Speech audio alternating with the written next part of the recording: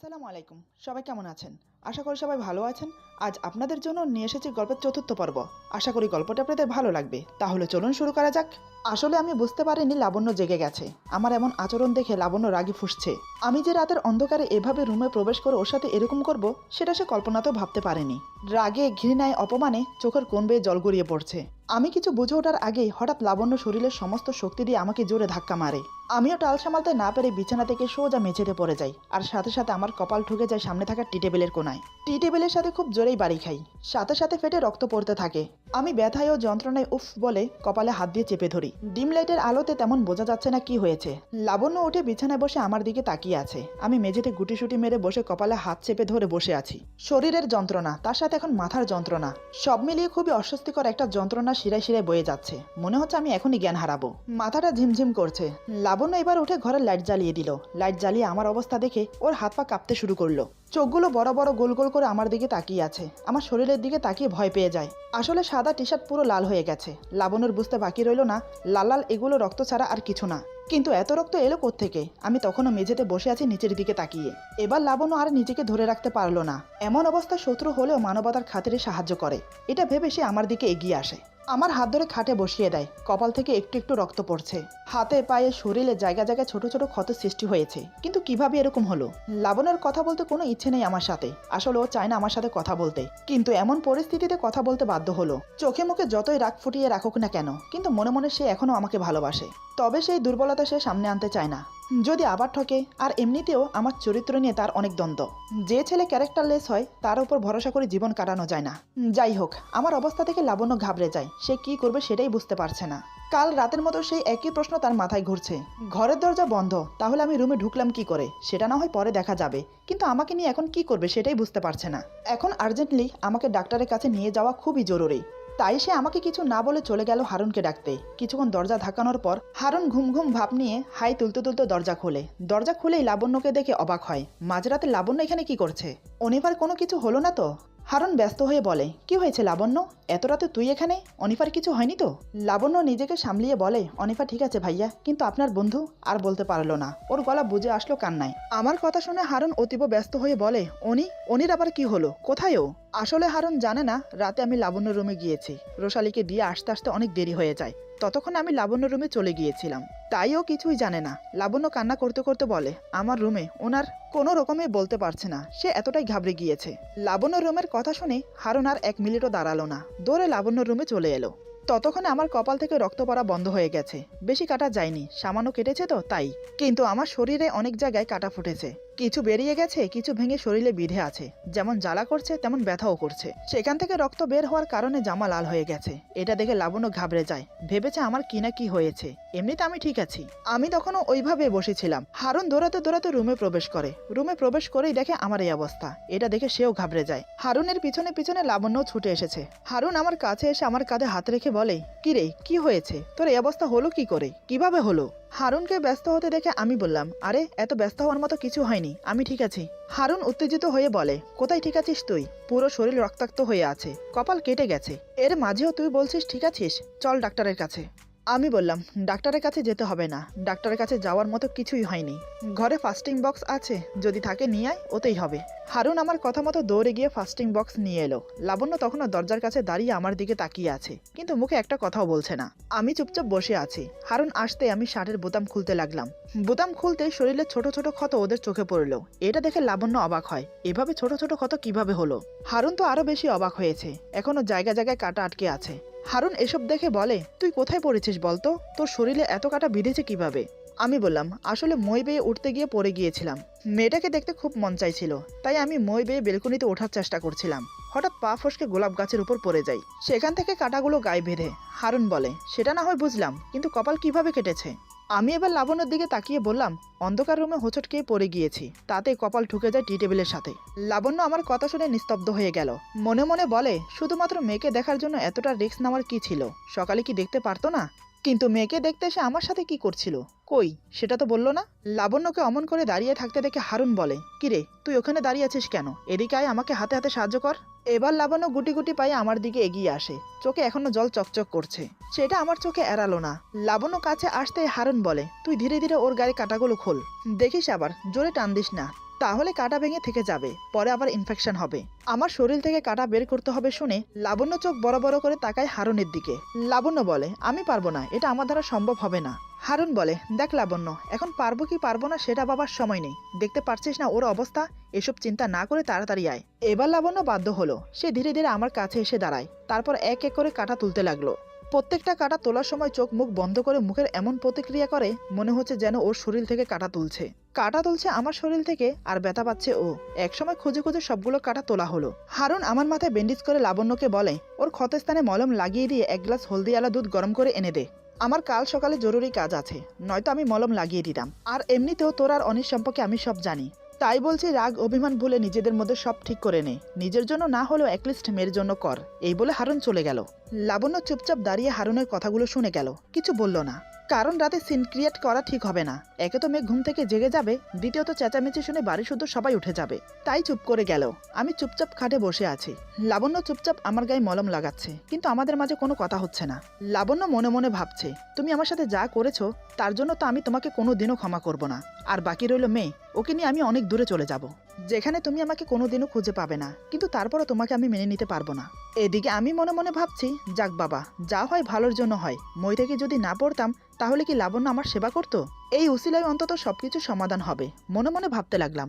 লাবণ্য আমাকে মলম লাগিয়ে দিয়ে হলদিওয়ালা দুধ গরম করে এনে আমার হাতে দেয়। কিসের এত দেমাক মেয়েটার, এতক্ষণ পর্যন্ত একটি কথাও বললো না, ওর জন্যই তো আমার কপালটা কেটে গেল। একটিবার সরিও বললো না, কেমন মেরে বাবা। আমিও ছাড়ার পাত্র না। আমি বললাম, আমার মাথা ব্যথা করছে, মাথা একটু টিপে দাও তো। আমার মুখে একথা শুনে লাবণ্য চোখ ছোট ছোট করে আমার দিকে তাকায়। আমি বললাম, কি হলো, বসে আছো কেন, মাথা টিপে দাও। এবার লাবণ্য কথা না বলে থাকতে পারলো না। লাবণ্য বলে, আসলে আমার কোনো ইচ্ছেই ছিল না আপনার সাথে কথা বলার, কিন্তু আপনি আমাকে বাধ্য করলেন কথা বলতে। আরেকটা কথা, আমি কেন আপনার মাথা টিপে দেব? শরীরে ক্ষত ছিল বলে হারুন ভাইয়ের কথাতে আর মানবতার খাতিরে সেবা করতে বাধ্য হয়েছি, তাই বলে এই না যে আমি আপনার সেবা করতে থাকবো। আমি পারবো না। আমি বললাম, তুমি বাধ্য, কারণ তোমার কারণে আমার কপাল কেটেছে। তুমি যদি অমন করে ধাক্কা না দিতে তাহলে আমি পড়েও যেতাম না, আমার কপালটাও কাটতো না। এখন ভালো ভালো আমার কপাল টিপে দাও। লাবণ্য বলে, আমি কি ইচ্ছে করে আপনাকে ধাক্কা দিয়েছি? আপনি ভুলে যাচ্ছেন আপনি কি করেছেন আমার সাথে। রাতের অন্ধকারে চোরের মতো একটা মেয়ের রুমে প্রবেশ করে আবার সেই ঘুমন্ত মেয়ের সাথে জোরপূর্বক, ছি, বলতেও রুচিতে বাচ্ছে আমার। আমি বললাম, রাতের অন্ধকারে বেলকনি টপকে তোমার জন্য আমি রুমে আসিনি, আমি এসেছি আমার মেয়ের জন্য। লাবণ্য বলে, ও আপনার মেয়ে না, আমার মেয়ে, আর আপনি যদি আপনার মেয়ের জন্য এসে থাকেন তাহলে আমার সাথে ওসব কি করছিলেন? আমি বললাম, তোমার সাথে যা করেছি এতে আমার কোনো দোষ নেই, যেভাবে নাইটি পরে শুয়েছিলে এটা দেখেই তো মাথা ঘুরে গেল, তাই আর নিজেকে ধরে রাখতে পারিনি। লাবণ্য অবাক হয়ে বলে, যেভাবে নাইটি পরেছিলাম মানে কি বলতে চাইছেন? আমি বললাম, ওই তো নাইটি হাঁটুর উপর উঠেছিল, নাইটির গলা বড় হওয়ার কারণে, মানে বুঝতেই তো পারছো, সব দেখা যাচ্ছিল। কথাগুলো আমি ওর বুকের দিকে তাকিয়ে বললাম। আমার দৃষ্টি অনুকরণ করে লাবণ্য নিজের বুকের দিকে তাকায়, দেখে সত্যি গলা অনেক বড়, তার জন্য অধিকাংশ অংশ বেরিয়ে আছে, আর সে অন্যও পরেনি। হঠাৎ সে দু হাতে বুক ঢেকে বলে, ছি, আপনার নজর এত খারাপ, জানতাম না। আমি মুচকি এসে বললাম, তুমি এমন আচরণ করছো যেন আমি পরপুরুষ, আমার সাথে কোনোদিন তোমার কোনো সম্পর্কই ছিল না, এমন ভাব করছো যেন তোমার সাথে আমার আজকেই পরিচয়। লাবণ্য বলে, হ্যাঁ এটা সত্যি যে একসময় আপনার সাথে আমার একটা সম্পর্ক ছিল, সেটা অতীত, কিন্তু বর্তমান আপনার সাথে আমার কোনো সম্পর্ক নেই, তাই আমার জন্য আপনি এখন একটা পরপুরুষ। আগেও ছিলেন পরপুরুষ, কিন্তু বুঝতে পারিনি আমি আপনার মনের অভিসন্ধি। বিশ্বাস করেছিলাম অন্ধের মতো আপনাকে, মন প্রাণ উজাড় করে ভালোবেসেছিলাম। আপনাকে খুশি রাখতে আপনার ওই মুখের হাসির জন্য নিজের সর্বোচ্চ উজাড় করে দিয়েছিলাম, কিন্তু তার বদলে কি পেলাম? কি দিয়েছেন আপনি আমাকে বলুন তো? একরাশ দুঃখ, কষ্ট, যন্ত্রণা, এছাড়া কি দিতে পেরেছেন আপনি বলুন তো? আমি বললাম, দিয়েছি তো, পৃথিবীর সবচেয়ে বড় অমূল্য সম্পদ দিয়েছি তোমাকে, যেটা পাওয়ার জন্য এমনও অনেক মানুষ আছে যুগ যুগ অপেক্ষা করছে। এমন একটা উপহার দিয়েছি যাকে আঁকড়ে ধরে তুমি বেঁচে থাকার স্বপ্ন দেখছো, সেটা তো আমারই দৌলতে পেয়েছো। অস্বীকার করতে পারবে যে ও আমার ওরসজাত সন্তান না? এই বলে আমার মেয়ের কপাল একটা চুমো দেই, তারপর বললাম, লাবণ্য, ও আমারও মেয়ে। তুমি যতই অস্বীকার করো না কেন, চাইলেও সত্যিটা পাল্টাতে পারবে না। আমি মানছি আমি তোমার সাথে যা করেছি অন্যায় করেছি, যার ক্ষমা কোনোদিনও হয় না। শুধু তোমার সাথে কেন, তোমার মতো এরকম অনেক মেয়ের সাথেই করেছি। অন্যায় করার সময় আমি বুঝতে পারিনি, শুধু করেই গিয়েছিলাম, কিন্তু এখন আমি উপলব্ধি করতে পারছি যে আমি কত বড় অন্যায় করেছি। আমি চাইলেও কোনো কিছু আগের মতো করতে পারবো না, কিন্তু আমি নিজেকে শুধরাতে চাই, এসব থেকে বেরিয়ে আসতে চাই। আমাকে একটা সুযোগ দাও। লাবণ্য বলে, কি বলতে চাইছেন আপনি? কিসের সুযোগ দেব আপনাকে? আর আপনার মতলব কি সেটা বলুন তো? এতগুলো কথা আমাকেই বা কেন শোনাচ্ছেন? আমি বললাম, তুমি কি সত্যিই বুঝতে পারছো না আমি কি বলতে চাই বা আমি কি চাই? লাবণ্য বলে, না, বুঝতে পারছি না, ক্লিয়ারভাবে বলুন কি বলতে চান। আমি বললাম, আমি চাই তোমাকে বিয়ে করতে। দেখো, আমি কথা দিচ্ছি, আমি ভালো হয়ে যাব। তুমি যা বলবে আমি তাই শুনবো, যেভাবে বলবে সেভাবে চলবো। কথা দিচ্ছি, আমি তোমাকে ঠকাবো না, তোমার প্রাপ্য সম্মানটুকু দেব। আমরা মেয়ের দিকে তাকিয়ে না হয় সবকিছু ভুলে নতুন করে শুরু করি। লাবণ্য বলে, আপনার এই ফালতু লেকচার না আপনার কাছেই রাখুন। দ্বিতীয়বার আমাকে শোনাতে আসবেন না। আপনি নিজেকে শোধরাবেন, এটাও কি আমাকে বিশ্বাস করতে হবে? আপনার মতো একটা চরিত্রহীন মানুষ নিজেকে পাল্টাবে, এটা তো কখনোই হতে পারে না। যে পুরুষ হাজার নারীর আসক্ত, সে কোনোদিনও এক নারীকে আঁকড়ে ধরে থাকতে পারে না। তার প্রমাণ তো গতকাল সকালেই পেলাম। অন্য একটা মেয়ের গলা জড়িয়ে গায়ে গা ঘেঁষে দাঁড়িয়েছিলেন। নিজের চোখেই তো দেখলাম। অস্বীকার করতে পারবেন? আপনি নিজেকে শুধরাতে পারবেন না। তাই বলছি, আমাদের পিছু ছেড়ে দিন, আমাদের মতো করে বাঁচতে দিন। আমি বললাম, আমি মেয়েটির গলা জড়িয়ে ধরিনি, সে আমার গলা জড়িয়ে ধরে গা ঘেঁষে দাঁড়িয়েছিল। লাবণ্য, তুমি হয়তো একটা কথা জানো না, কাল যে মেয়েটি আমার গলা জড়িয়ে ধরেছিল তার সাথে আমার এঙ্গেজমেন্ট হয়েছে। মানে ও আমার বাগদত্তা, নাম রোশালি। আমার কথা শুনে লাবণ্য অবাক হয়ে আমার দিকে তাকিয়ে থাকে। সে আমার দিকে তাকিয়ে মনে মনে বলে, তার মানে ওই মেয়েটা ওর বাগদত্তা, ওই মেয়েটাকে ও বিয়ে করছে। তাহলে আমাকে স্বপ্ন দেখাতে এসেছে কেন? আমাকে নিয়ে আবার কোন গেম খেলতে চাইছে ও? লাবণ্য বলে, ও তাহলে ওই মেয়ের কপাল পুড়তে চলেছে। বেচারি জানেও না কেমন ছেলের সাথে ওর বিয়ে হচ্ছে। এক নম্বর ফ্লড, চরিত্রহীন, লম্পট একটা ছেলের সাথে তার বিয়ে হতে চলেছে। না জানি তাকে বিয়ে করার পর তাকে রেখে কোন মেয়ের সাথে আবার ফুলসজ্জা করবে। বেচারি সারা জীবন চোখের পানি ফেলবে। আমি বললাম, তুমি ঠিক কথাই বলেছ, তোমার কথা যথাযথ যুক্তি আছে। প্রথমে বলে রাখি, সে আমার সম্পর্কে A to Z সব জানে। কাল রাতে আমি ওকে সব খুলে বলেছি। আগে বলিনি কারণ বলার প্রয়োজন মনে করিনি, কিন্তু এখন বলতে বাধ্য হয়েছি। কেন বলতে বাধ্য হয়েছি সেটা তোমাকে পরে বোঝাবো। তবে একমাত্র তোমার কথা ছাড়া আমি ওকে সব বলেছি। কিন্তু একটা মজার বিষয় কি জানো? এত কিছু জানার পরেও সে আমাকে বিয়ে করতে রাজি। তুমি হয়তো ভাবছো এটা কিভাবে হতে পারে, সেটা না হয় তোমাকে আমি পরে বুঝিয়ে বলছি। লাবণ্য বলে, সবার কথা বললেন, আমার কথা বললেন না কেন? আমার কথা বলতে কি বিবেকে বেঁধেছিল? আমি বললাম, তোমার কথা বলিনি কারণ আমি ভেবেছি আমার বিষয়ে যা বলেছি তা শোনার পর সে আমাকে ছেড়ে দেবে। কিন্তু না, সে আমার কথা বিশ্বাসই করলো না। আমার সাথে হারুন আর হিনা ছিল, ওরা বলার পর বিশ্বাস করে। তবে বিশ্বাস করেও কি লাভ হলো বলো? সে তো সব কথা শুনে সেটা অতীত ভেবে উড়িয়ে দিয়েছে। তার জন্য এগুলো কোনো ম্যাটার রাখে না। যাই হোক, এই বিয়ে ভাঙার জন্য আমার লাস্ট অপশন ছিলে তুমি। বিয়ে ভাঙার কথা শুনে লাবণ্য অবাক হয়ে তাকিয়ে থাকে আমার দিকে। আমি কেন বিয়ে ভাঙতে চাইছি সেটা ওর মাথায় আসছে না। আমি ওর মুখের ভাব বুঝতে পেরে বললাম, তুমি আগে আমার সম্পূর্ণ কথা শোনো, তারপর তোমার প্রতিটা কথার উত্তর দিচ্ছি আমি। সব আমি তোমাকে পরে বুঝিয়ে বলবো। যখন আমি রোশালীকে তোমার কথা বললাম, এমনকি আমাদের মেয়ে অনিফার কথা বললাম, তখন সে কিছুক্ষণের জন্য নিস্তব্ধ হয়ে যায়, ভাবনায় ডুবে যায় কি করবে বা কি করা উচিত। তখনও পর্যন্ত আমি তাকে বলিনি যে আমি তাকে বিয়ে করতে চাই না। অনেকক্ষণ ভেবে নিয়ে সে সিদ্ধান্ত নিল সে আমাকে বিয়ে করবে, এমনকি অনিফাকেও নিজের মেয়ের মতো স্নেহ করবে।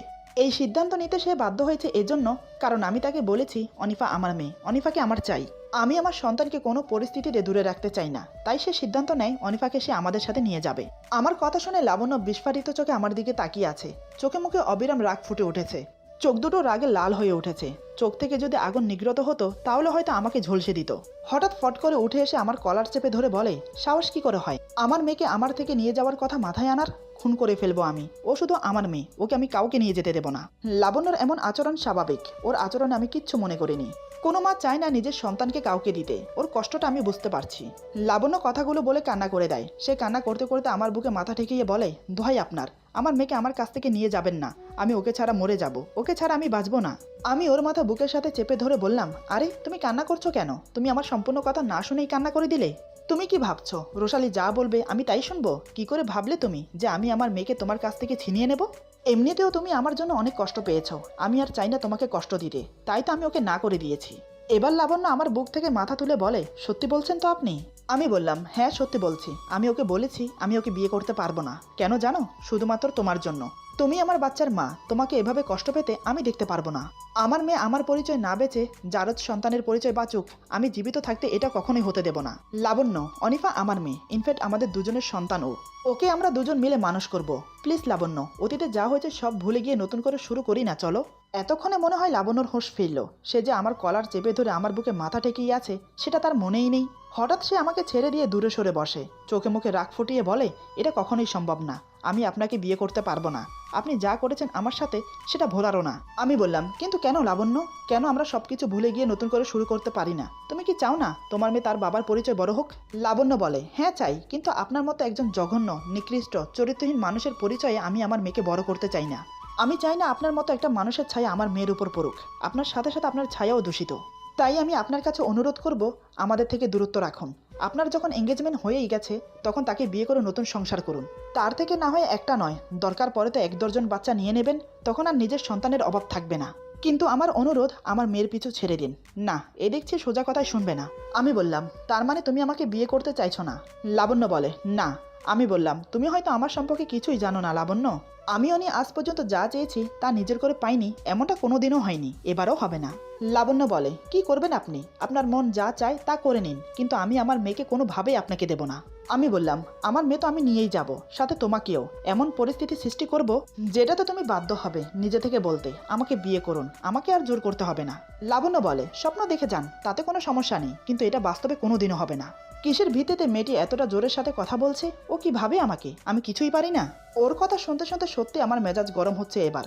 আমার মেয়ে আর আমাকেই বলে কিনা ওর থেকে দূরে থাকতে, আমার ছায়াও যেন ওর ওপর না পড়ে। আমি খারাপ হলেও ওর বাবা আমি। ওর আচরণে আমার ধৈর্যের বাঁধ ভেঙে গেল, নিজেকে আর কন্ট্রোল করতে পারলাম না। শরীরের ব্যথা ভুলে গিয়ে হঠাৎ ওকে ধাক্কা দিয়ে বিছানায় ফেলে ওর বুকের উপর উঠে বসে পড়ি। এক হাতে ওর 2 হাত বিছানার সাথে চেপে ধরি, অন্য হাতে খুব শক্ত করে গাল টিপে ধরে দাঁতে দাঁত পিষে বললাম, এই তোর সাহস কি করে হয় আমার মুখের উপর এত বড় বড় কথা বলার? কালকে থেকে এই পর্যন্ত তোকে কিছু বলছি না বলে মুখ দিয়ে যা আসছে তাই বলছিস? ভুলে যাস না আমি অনন্ত চৌধুরী অনি। কেউ আমাকে চোখ রাঙিয়ে কথা বলবে সেটা আমি বরদাস্ত করি না। আমাকে কেউ কিছু বলার আগে দুবার ভাবে। সেই জায়গায় তোর মতো পুচকি মেয়ে আমার চোখে চোখ রেখে আমাকে চোখ রাঙিয়ে আমাকে কথা শোনাস? আমি চাইলে না তোর চোখের সামনে দিয়ে আমার মেয়েকে আমি নিয়ে যেতে পারি, তুই কিচ্ছু করতে পারবি না। কিন্তু আমি সেটা করব না। তোকে যে আমার চাই, তোর এই সুন্দর ফিগার যে আমাকে আবার আকৃষ্ট করেছে, তোকে ছেড়ে দেই কি করে বলতো? তার যে বড় কথা, তুই আমার সন্তানের মা, আমার জন্য তুই অনেক কষ্ট সহ করেছিস। মানুষের অনেক লাঞ্ছনা গুঞ্চনা শুনতে হয়েছে আমার জন্য, তাই আমি তোকে নিজের করে পেতে চেয়েছিলাম। অন্তত তোকে এবার আমি একটু সুখে দেখতে চেয়েছিলাম, কিন্তু তুই সোজা কথা শোনার মেয়ে না। এবার দেখ আমি কি করি, যা করব না সেটা তুই কল্পনাতেও ভাবতে পারবি না। তবে একটা কথা মনে রাখিস, আমার মেয়ে তো আমি নেবই, তার জন্য আমাকে যা করতে হবে আমি তাই করব। এদিকে লাবণ্যর গাল টিপে ধরায় খুব ব্যথা পাচ্ছে, সে ব্যথায় ছটপট করছে আর কান্না করছে। রাগের চোটে আমি জ্ঞানশূন্য হয়ে পড়েছিলাম। আমি যে ওর গাল এত শক্ত করে টিপে ধরেছি সেদিকে আমার কোনো খেয়াল ছিল না। হঠাৎ ওর চোখের পানি দেখে সম্বিত ফিরল আমার, সাথে সাথে আমি ওকে ছেড়ে দিলাম। ওর বুকের উপর থেকে নেমে হাত ধরে টেনে নিজের বুকে এনে ফেললাম। লাবণ্য টাল সামালতে না পেরে আমার বুকে এসে লেপ্টে পড়ে। আমি 2 হাতে বুকের সাথে জড়িয়ে নিলাম, মাথায় আলতো করে কিস করে ওর গালে গাল ঘেঁষতে লাগলাম। কপালে টুপ করে একটা চুম্বন করলাম। গালের যে অংশ টিপে ধরেছি সেখানে ছোট ছোট কিস করতে লাগলাম। একসময় ঠোঁটে ঠোঁট ডুবিয়ে দিলাম। বেশ কিছুক্ষণ চুম্বন করে নাকে নাক ঘেঁষে বললাম, sorry, I am really sorry, but I love you Labanya. এবার আমি তোমাকে সত্যি ভালোবাসি, সারা জীবন এভাবে তোমাকে আমার বুকে চাই, এক মুহূর্তের জন্য তোমাকে হারাতে চাই না। ভালোবাসি তোমাকে, বড্ড বেশি ভালোবেসে ফেলেছি, ক্ষমা করে দাও না আমাকে। আমি তোমাকে ছাড়া, আমার মেয়েকে ছাড়া সত্যি থাকতে পারবো না। বিশ্বাস করো লাবণ্য, যবে থেকে জানতে পেরেছি অনিফা আমার মেয়ে, তবে থেকে আমি অনুশোচনায় ভুগছি। আমি অনেক অপরাধ করেছি, সেগুলো মনে পড়তে লাগলো আমার মেয়েকে দেখার পর আমি উপলব্ধি করতে পারছি সবকিছু। আমি সুন্দরভাবে নিজের মেয়েকে নিয়ে তোমাকে নিয়ে বাঁচতে চাই। আমাকে ক্ষমা করে দিয়ে একটিবার সুযোগ দাও। কথা দিচ্ছি তুমি যা বলবে তা শুনবো, কিন্তু তার বিনিময়ে তোমাদেরকে চাই। এতক্ষণ লাবণ্য চুপচাপ আমার বুকে মাথা রেখে শুনছিল। সরি, ভুল বললাম। আসলে ওকে আমি শক্ত করে জড়িয়ে ধরে আছি, যার ফলে ও নড়তেও পারছে না, চড়তেও পারছে না। অনেকক্ষণ ধরে চেষ্টা করছে নিজেকে ছাড়ানোর। এতক্ষণ পর্যন্ত সে আমাকে কয়টা ঘুষি মেরেছে তার কোনো হিসাব রাখিনি। এবার আমি ওকে ছেড়ে দিলাম। ছেড়ে দেওয়ার পরেই হলো আসল বিপত্তি। হঠাৎ সে আমার সাথে যা করলো তার জন্য আমি মোটেই প্রস্তুত ছিলাম না। ভাবতে পারিনি ও হঠাৎ আমার সাথে এরকম করবে। এত সুন্দর করে বোঝানোর পরেও এসব করার মানে ছিল না। তাহলে কি আমি ব্যর্থ? সে কি বারবার আমার সাথে এরকম করবে? এরপর যা হলো। আজকের গল্প এখানে সমাপ্ত। গল্পের বাকি অংশ পেয়ে যাবেন আগামী পর্বে। আশা করি গল্পটি আপনাদের ভালো লাগবে। যদি ভালো লাগে তাহলে লাইক, কমেন্ট এবং সাবস্ক্রাইব করে আমাদের পাশে থাকুন। বন্ধুদের সাথে বেশি বেশি করে শেয়ার করুন। সবাই ভালো থাকুন, সুস্থ থাকুন। আল্লাহ হাফেজ।